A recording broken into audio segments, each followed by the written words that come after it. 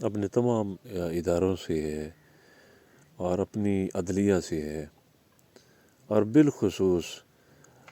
جو سپہ سالار ہیں، ہم یہ چاہتے ہیں کہ جس طرح ہمارے بچپن سے ہم نے دیکھا کہ افواج پاکستان کے ساتھ لوگ بے انتہا محبت اور خلوص نیت کے ساتھ، ایون کہ کوئی ایک گاڑی بھی گزرے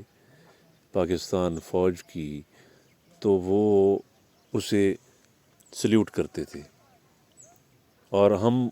خود بھی ایسا بچپن میں جو ہے ہم نے دیکھا اور ہم خود بھی ایسے کرتے تھے، اور آج بھی ہم یہی تمام احباب تک یہ درس محبت دیتے کہ اگر ہماری آرمی ہے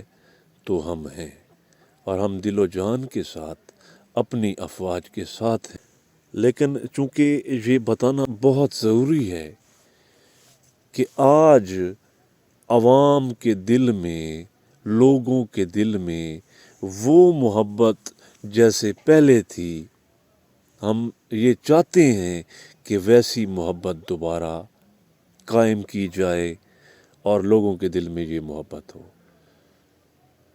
تو میں یہ تمام اداروں سے،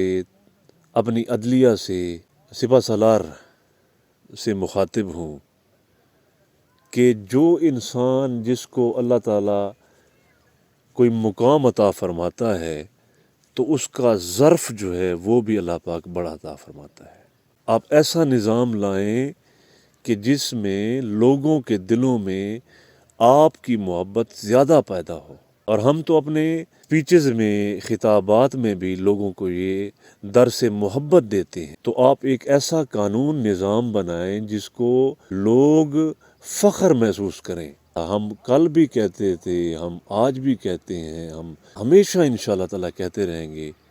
کہ افواج پاکستان زندہ باد۔ لیکن تمام لوگ جو بیکورڈ ایریاز ہیں ہمارے، آج کل کافی عرصے سے بلکہ کہ لوگوں کے دل میں ہماری اپنی افواج کے لیے یہ نفرت کیوں پیدا ہو رہی ہے۔ ہمارے لیے یہ چیز سخت تکلیف دہ ہے کہ فوج ہماری ہو، ہمارے ملک کی نگرانی کرے وہ سپاہی جو ہمارے ملک کا سرمایہ ہو، اور ہماری ملک کی سرحدوں پہ روزانہ نہ جانے کتنے سپاہی جو ہیں وہ شہادت کا جام نوش کرتے ہیں، اور لوگوں کے دل میں افواج کے لیے نفرت کی بجائے محبت کو پیدا کیا جائے۔ ایسے اقدامات کو اپنایا جائے کہ جس سے لوگوں کے دل میں آپ کے لیے محبت پیدا ہو، اور یہ جو نفرت ہے یہ محبت میں بدل جائے۔ امید کرتا ہوں کہ آپ اس مخلصانہ ریکویسٹ کو ضرور سمجھیں گے اور اس پہ عمل کریں گے۔ اسلام نے قائم رہنا ہے، ہمیشہ اسلام ہی غالب رہے گا۔ ہماری دعائیں، ہماری نیک تمنائیں آپ تمام جو مخلصین ہیں اسلام کے لیے، پاکستان کے لیے، ان کے لیے ہماری نیک تمنائیں، ہم حقیروں کی دعائیں ہمیشہ ساتھ ہیں۔